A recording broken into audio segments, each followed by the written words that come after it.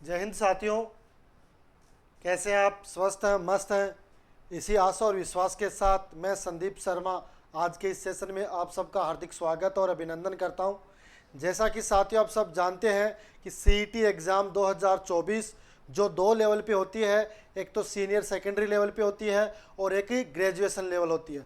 दोनों का नोटिफिकेशन है वो जारी हो चुका है और जो ग्रेजुएशन लेवल है उसके फॉर्म भी फिलिप हो चुके हैं और उसकी एग्ज़ाम भी डिक्लेयर हो चुकी है। तो निश्चित रूप से जो सारे विद्यार्थी ग्रेजुएशन लेवल वाले उन 12 भर्तियों में शामिल होना चाहते हैं उनको सीईटी ग्रेजुएशन की जो एग्ज़ाम है वो क्वालिफाइड करनी पड़ेगी।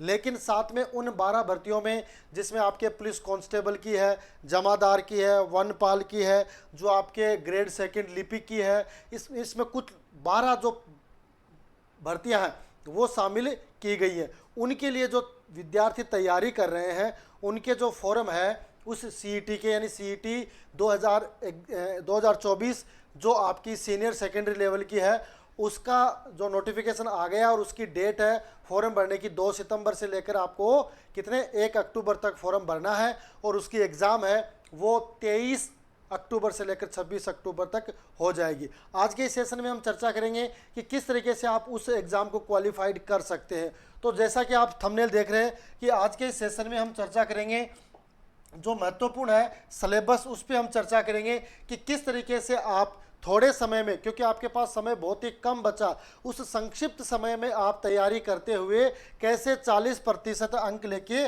आ सकते हैं। क्योंकि सीईटी चाहे वो ग्रेजुएशन की हो या सीनियर सेकेंडरी लेवल की हो, दोनों ही सिर्फ और सिर्फ आपको क्वालिफाइड करनी है। उससे अगर आपको ज़्यादा नंबर भी आते हैं तो उससे कुछ फ़र्क नहीं पड़ेगा, पर उसमें आपको अगली भर्तियों में शामिल होना है तो उसके लिए आपको कम से कम 40%, SC/ST वालों के लिए 35% अंक लाने अनिवार्य होंगे, तब जाके आप अगली एग्ज़ाम में शामिल हो पाओगे। अगर आपके 40% नहीं आते हैं तो आप आगे की किसी भी एग्ज़ाम में शामिल नहीं हो पाओगे जो इनसे रिलेटेड है, यानी सीईटी जो आपकी सीनियर सेकेंडरी लेवल है उससे रिलेटेड है। तो फटाफट से इस वीडियो को आप शेयर कर दीजिए उन साथियों के साथ जो CET exam 2024 senior secondary level में शामिल होना चाहते हैं। उसके लिए आज का जो महत्वपूर्ण सेशन है वो ये होगा कि सिलेबस किस तरीके से आपको पढ़ना है, क्या इसका पैटर्न रहेगा। ठीक है, फटाफट स्टार्ट करें। ठीक है, अब देखो इसमें क्या क्या होने वाला है। जो आपका समान पात्रता परीक्षा है सीनियर सेकेंडरी स्तर का,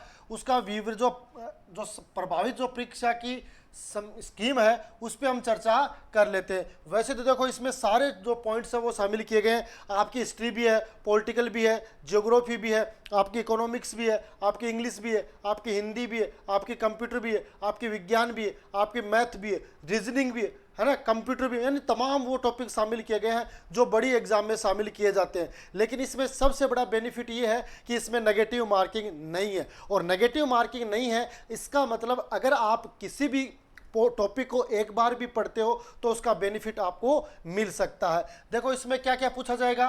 राजस्थान का इतिहास से रिलेटेड है जिसमें कला, सांस्कृतिक, साहित्य, परंपरा और विरासत होगी, है ना, ये हिस्ट्री से रिलेटेड होगा। फिर भारत और राजस्थान का भूगोल भी होगा, जो आपको पता है कि सेकंड ग्रेड होती है उसमें ये सारी चीज़ शामिल की जाती है, थर्ड ग्रेड होती है उसमें शामिल की जाती है, लेकिन आपकी सीईटी में भी ये शामिल है।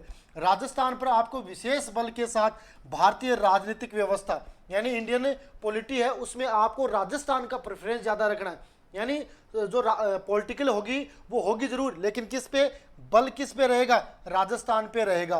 राजस्थान की अर्थव्यवस्था इंडियन इकोनॉमिक के साथ राजस्थान की इकोनॉमिक है वो भी इसमें महत्वपूर्ण रहने वाली है। दैनिक विज्ञान यानी एवरीडे जो साइंस होती है जिसमें आपकी कक्षा 6 से जो 10 है वो महत्वपूर्ण होती है।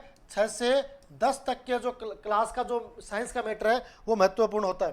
तार्किक विवेचन, मानसिक योग्यता, सामान्य हिंदी, जनरल इंग्लिश, कंप्यूटर विज्ञान और समसामयिक घटनाएं, ये तमाम जो पॉइंट्स हैं वो इसमें शामिल होने वाले हैं। इसलिए आपको क्या करना है, आपके पास बहुत ही कम समय बचा। अगर आपको 40% लेके आने हैं 40% लेके आने तो फटाफट तैयारी में लग जाओ। कम से कम आपको प्रयास करना है इन पॉइंटों को छूने का प्रयास करना है। नेगेटिव मार्किंग नहीं है, इसका मतलब ये होगा कि अगर आप किसी पर्सन में कंफ्यूज होते हो और पर्सन का आंसर देते हो तो वहाँ पे आपके पास दो मौके होंगे कि वहाँ पे प्रश्न सही होने की संभावना भी रहती है। अगर नेगेटिव होगी तो हम करते ही नहीं, लेकिन यहाँ पे नेगेटिव नहीं है। इसका बेनिफिट हमें ये मिलेगा कि अगर हम वो क्वेश्चन करते हैं तो वो सही होने की संभावना ज़्यादा होती है। इसमें 150 क्वेश्चन होंगे, 300 मार्क्स के होंगे और आपको 3 घंटे हैं वो कुल एग्जाम के लिए मिलेंगे। तो 3 घंटे में आपको 150 क्वेश्चन करने हैं जो आपके कितने मार्क्स के होंगे, 300 मार्क्स के होंगे। और उसका मतलब आपको कितने नंबर लेके आने पड़ेंगे, 300 में से आपको कितने लेके आने पड़ेंगे, 120 नंबर लेके आने पड़ेंगे, तब आपका सिलेक्शन इसमें हो जाएगा, है ना, तब जाके इसमें आपका सिलेक्शन होगा। तो इसलिए आपको क्या करना है, अब देखो ये तो पॉइंट टू पॉइंट हो गए। अब इसमें वैसे एग्जाम में ये नहीं दे रखा कि हिस्ट्री से कितने प्रश्न आएंगे, पॉलिटिकल से कितने आएंगे, ज्योग्राफी से कितने आएंगे, ये कुछ भी नहीं दे रखा है, लेकिन ये स्कीम बताई हुई है, इसलिए आपको इसके हिसाब से तैयारी करनी है। अब देखो इसमें क्या क्या है, सबसे पहले जो हिस्ट्री है, हिस्ट्री में आपकी जो कला है, सांस्कृतिक है, साहित्य, परंपरा और विरासत, जो प्राचीन जो चीज़ शामिल की गई है उसमें कौन कौन सी है। तो देखो इसमें जो कालीबंगा है, आहड़ है, ये आपकी सभ्यताएं हैं, गणेश्वर सभ्यता है, बालाथल सभ्यता है, बालाथल सभ्यता और बेराट सभ्यता है, ये तो इसमें सभ्यताओं को शामिल किया गया है। राजस्थान के इतिहास की महत्वपूर्ण ऐतिहासिक घटनाएं, जो हिस्टोरिकल इवेंट्स हैं, घटनाएं हैं, उनको इसमें शामिल किया गया है। प्रमुख राजवंश है वो इसमें शामिल है, उसकी प्रशासनिक और राज्य व्यवस्था शामिल है, सामाजिक और सांस्कृतिक आयाम शामिल है। अब देखो इसमें राजवंश दे दिया, प्रमुख राजवंश दे दिया, सारे प्रमुख राजवंश है, लेकिन आपको ध्यान में रखना पड़ेगा उदयपुर है, बीकानेर है, जोधपुर है, आपका जयपुर है, ये महत्वपूर्ण राजवंश है। तो यहाँ से क्वेश्चन है वो बनने की पूरी पूरी संभावना रहती है। तो ये पॉइंट है वो आपको पढ़ने हैं, तो ये पढ़ोगे तो निश्चित रूप से आपको फायदा मिलेगा। और क्या क्या दे रखा है इसमें, स्थापत्य कला की प्रमुख विशेषताएं, जिसमें आपके किले हैं, स्मारक हैं, कलाएं, चित्रकलाएं हैं, हस्तशिल्प है, यह भी इसमें शामिल की गई है। राजस्थान के जो स्वतंत्रता आंदोलन है वो भी इसमें शामिल है, राजनीतिक जन जागरण और प्रजामंडल आंदोलन ये भी इसमें शामिल है। ये सारा का सारा जो पैटर्न है वो फर्स्ट ग्रेड के एग्जाम में होता है। हिस्ट्री का जो पोर्शन है फर्स्ट ग्रेड का, उसमें ये सारे टॉपिक इंक्लूड है, और वही टॉपिक है आपकी सीईटी एग्जाम में भी इंक्लूड है, इसलिए आपको इसको लाइटली नहीं लेना है। जो ज़्यादा पढ़ोगे उसका बेनिफिट फिर मेन एग्जाम दोगे उसमें भी आपको मिलेगा। तो ये पॉइंट है वो आपको छूने का प्रयास करना है ताकि हर पॉइंट है वो क्लियर हो जाए। आगे देखो इसमें राजस्थान के एकीकरण से संबंधित है, वो भी क्वेश्चन पूरी संभावना है। लोक भाषाएं हैं, बोलियां, साहित्य है, लोक संगीत एवं लोक नृत्य है, संत है, कवि है, योद्धा है, लोक देवता है, लोक देवियां है, मेले हैं, त्योहार है, रीति रिवाज है, वेशभूषा और आभूषण, यानी कुल मिला के हर पॉइंट्स है वो इसमें शामिल किया गया है। हिस्ट्री को कहने को ये भी है कि पॉइंट टू पॉइंट दे रखा है, इतने से पॉइंट है, लेकिन इनको पढ़ोगे तो बहुत ज़्यादा आपको समय लगने वाला है।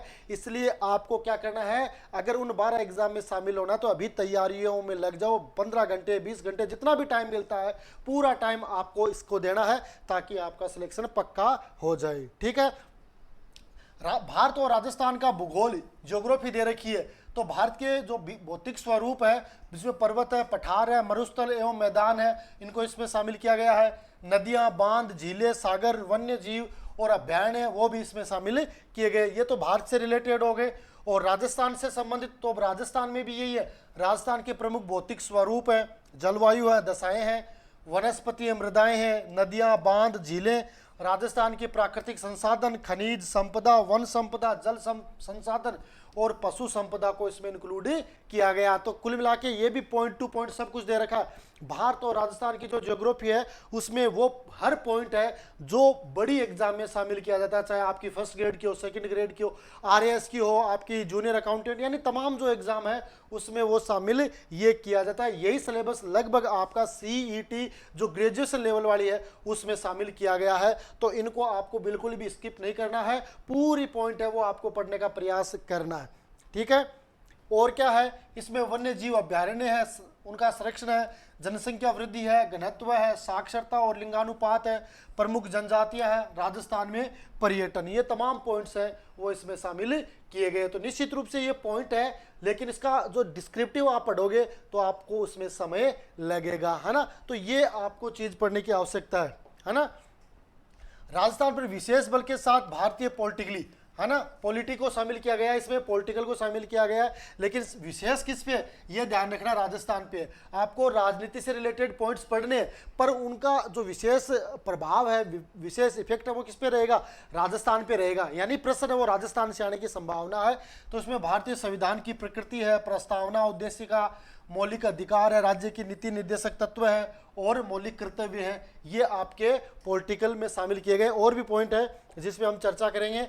राजस्थान की राजनीतिक और प्रशासनिक व्यवस्था, राजस्थान में राजनीतिक और प्रशासनिक व्यवस्था कैसी है, जिसमें राज्यपाल के क्या दायित्व है, अधिकार है, मुख्यमंत्री है, राज्य विधानसभा है, उच्च न्यायालय है, राजस्थान लोक सेवा आयोग है, राज्य निर्वाचन आयोग है, राज्य सूचना आयोग है, राज्य मानवाधिकार आयोग है, राज्य का मुख्य सचिव, जिला प्रशासन, स्थानीय स्वशासन और पंचायती राज है। ये तमाम पॉइंट्स है वो इसमें शामिल किए गए हैं। तो यहाँ से जो प्रश्न बनेगा वो राजस्थान के संदर्भ में क्वेश्चन बनने की पूरी संभावना, तो इनको आपको ध्यान में रखना।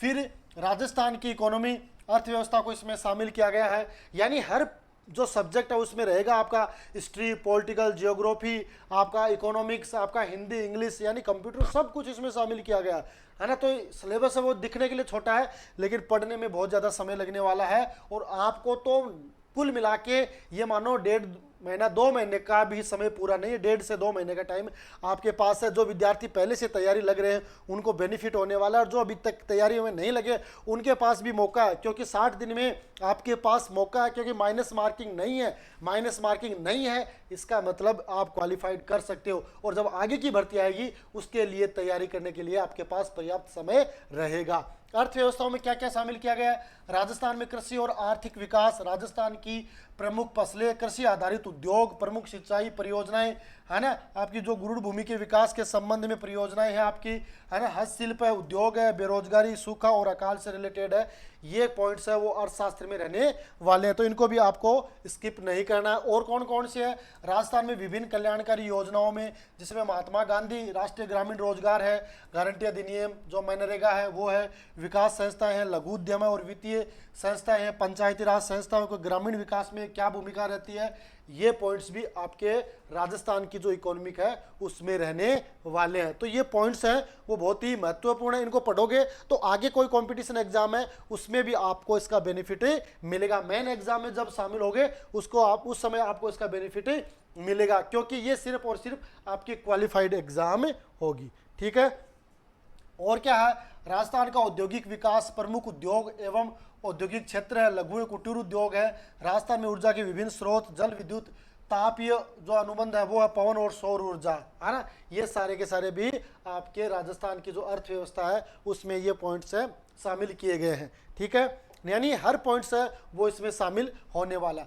आपकी जो डेली साइंस है, एवरीडे साइंस है, जो आपकी 6 से लेकर 10 तक की बहुत ही महत्वपूर्ण होने वाली है, ये भी पढ़ सकते हो। लेकिन अभी आपके पास पर्याप्त समय नहीं है, इसलिए आपके पास जो भी नोट्स मिलते हैं वहाँ से आप इनको पढ़ सकते हो। क्यों? क्योंकि प्रश्न आपके पास ऑब्जेक्टिव आएगा, A B C D E इस तरीके से ऑप्शन होगा, तो उसमें से आपको क्या करना है, सिर्फ टिक लगाना है। तो टिक की वजह से आपका प्रश्न सही हो सकता है, इसलिए आपको शॉर्ट टाइप के हिसाब से पढ़ना है, अभी बुक्स में नहीं पढ़ना है। लेकिन जो 6 से 10 की बुक्स है वो रहने वाली है। भौतिक और रासायनिक परिवर्तन है आपका ऑक्सीकरण और अपचयन अभिक्रिया है, उत्प्रेरक है, ये सारे के सारे आपके दैनिक विज्ञान में रहेंगे। इसके अलावा धातु अधातु और उसके प्रमुख यौगिक हैं, है ना, सामान्य जीवन में प्रयुक्त होने वाले कुछ महत्वपूर्ण जो आपके वो क्या है, डेली लाइफ के जो कंपोनेंट्स है वो है कार्बन और कार्बन के महत्वपूर्ण यौगिक हैं। इसमें आपके हाइड्रोकार्बन और कार्बन के अपर रूप है। तो ये भी आपके 6 से 10 वाले साइंस का सारा मैटर रहेगा। आपकी क्लोरोफ्लोरोकार्बन और फ्यून है, सीएनजी है, आपकी बहुलक है और साबुन और अपमार्जक है ना। तो ये सारे के सारे इसमें आपके साइंस में रहने वाले हैं, है ना। प्रकाश का परावर्तन और इसके नियम है ना, प्रकाश का वर्ण विक्षेपण है, लेंस के प्रकार है ना, दृष्टि दोष तथा उसका निवारण भी आपकी जो साइंस से रिलेटेड पॉइंट्स है उसमें रहने वाले हैं। तो यहाँ से भी जो जनरल साइंस से रिलेटेड है या एवरीडे साइंस के क्वेश्चन है वो यहाँ से बनेंगे, इसलिए आपको साइंस को भी लाइटली नहीं लेना है। इसके जो जो क्वेश्चन बनते हैं वो आपको पढ़ने हैं। और कौन कौन से, अंतरिक्ष एवं सूचना प्रौद्योगिकी, भारत की अंतरिक्ष अनुसंधान कार्यक्रम, सूचना प्रौद्योगिकी, ये पॉइंट्स भी आपके इस सिलेबस में शामिल किए गए हैं। तो इसके लिए भी आपको कोई ऑब्जेक्टिव टाइप, है ना, मिलते हैं क्वेश्चन तो उनको पढ़ना है, प्लस आपको नोट्स, हैंड्स नोट या नोट्स किसी के हो तो उनका सहयोग मिलता है तो उनको भी आपको पढ़ना है। पॉइंट को छोड़ना नहीं है। क्यों नहीं छोड़ना है कि माइनस मार्किंग नहीं है, एक तरीके से क्वालिफाइड एग्जाम है, तो आपको प्रयास करना कि पूरे क्वेश्चन तो करने ही है, उसमें तो किसी प्रकार का कोई डाउट नहीं है, 150 पूरे क्वेश्चन करने, लेकिन प्रयास करना कि उनमें भी आपके ज़्यादा से ज़्यादा सही हो क्वेश्चन, उसका बेनिफिट आपको मिलेगा। ठीक है।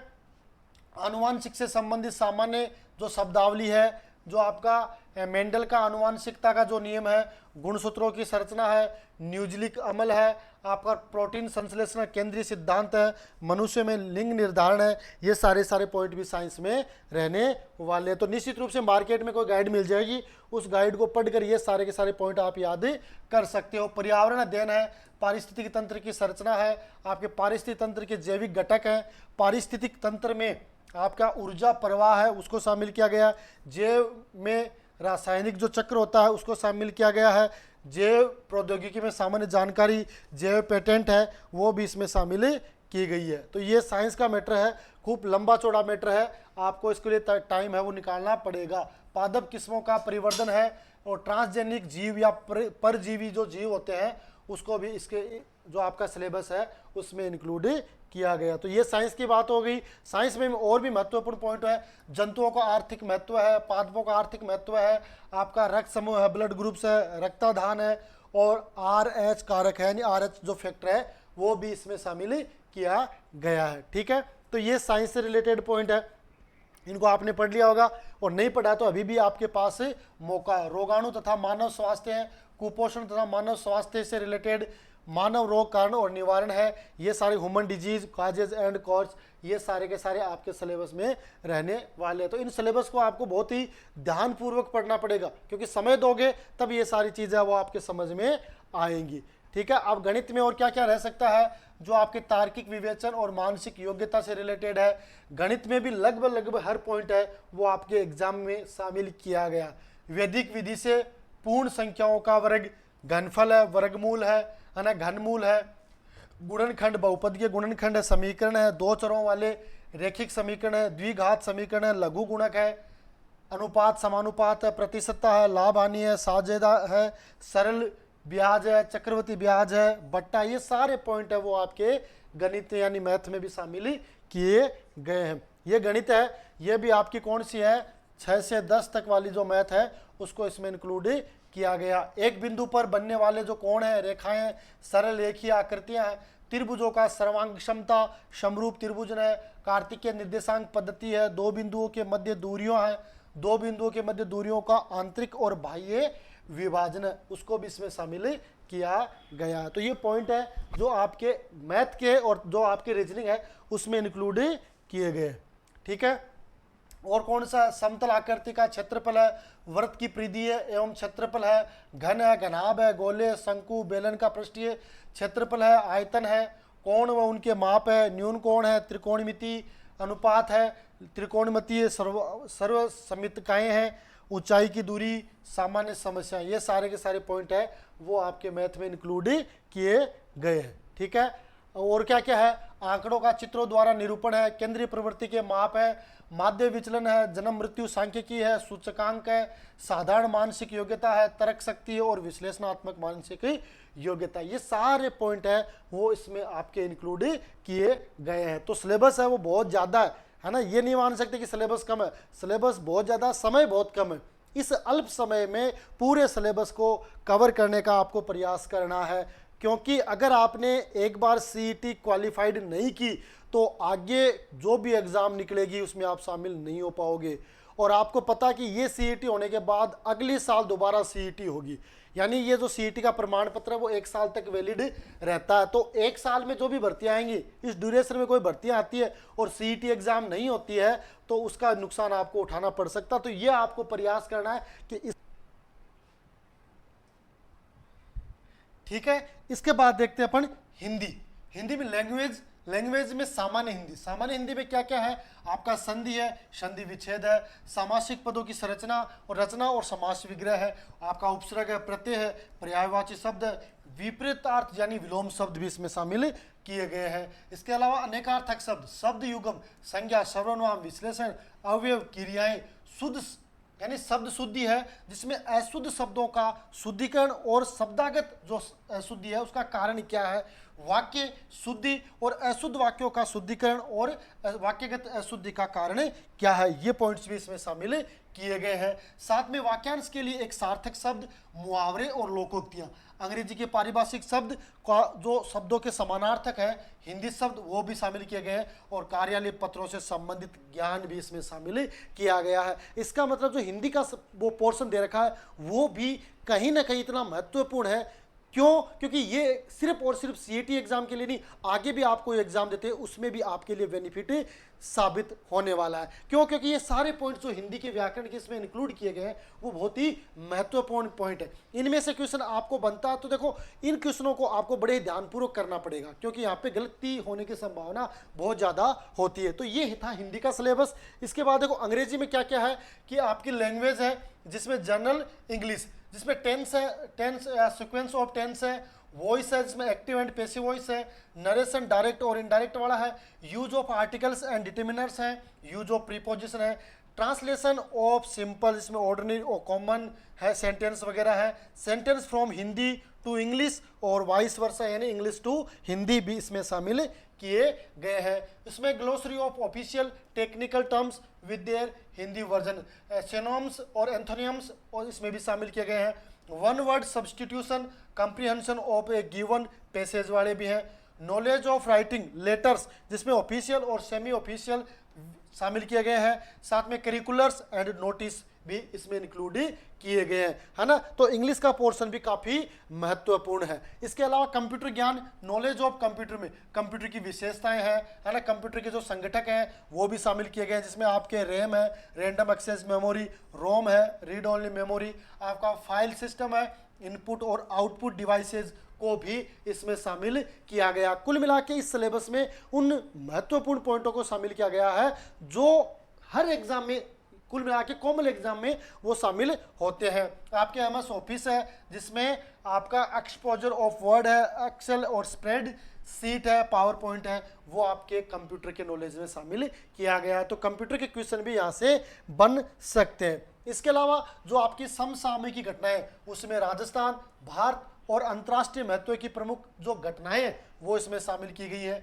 सामयिक घटनाएं और मुद्दे वो इसमें इंक्लूड रहेंगे। वर्तमान में चर्चित व्यक्ति, स्थान और संस्थाएं भी इसमें आपके समसामयिक करंट अफेयर में क्वेश्चन बन सकता है। साथ में खेल और खेलकूद से संबंधित जो गतिविधियां हैं उसको भी इसमें इंक्लूड किया गया। खेलकूद में आपने देखा अभी ओलंपिक हुआ पेरिस में जिसमें पैरा ओलंपिक और सामान्य ओलंपिक दोनों आयोजित हुए, तो वहाँ से क्वेश्चन भी बन सकता है कि कौन से क्षेत्र में कितने पदक भारत ने जीते हैं, किस व्यक्ति ने किस खेल में जीते हैं, कितनी दूरी पे जीते हैं, कौन कौन से पदक है वो भारत द्वारा जीते गए हैं, पैरा ओलंपिक में कितने थे, सामान्य ओलंपिक में कितने थे। तो यहाँ से तमाम क्वेश्चन है वो आपके एग्जाम के लिए बन सकते हैं। तो देखो ये चीज़ ज़रूर आपको थोड़ी सी ऐसी लगती होगी कि सिलेबस कोई इतना इंपॉर्टेंट नहीं रखता, लेकिन मैं आपको एक बात बता दूं कि किसी भी एग्जाम को अगर आपको क्वालिफाइड करना है तो सबसे पहले उसका सिलेबस के बारे में आपको जानना आवश्यक होता है। युद्ध पे जाते हो तो उस युद्ध की रणनीति आपके पास होनी चाहिए, उस युद्ध को कैसे जीता जाता है वो टेक्निक आपके पास होनी चाहिए।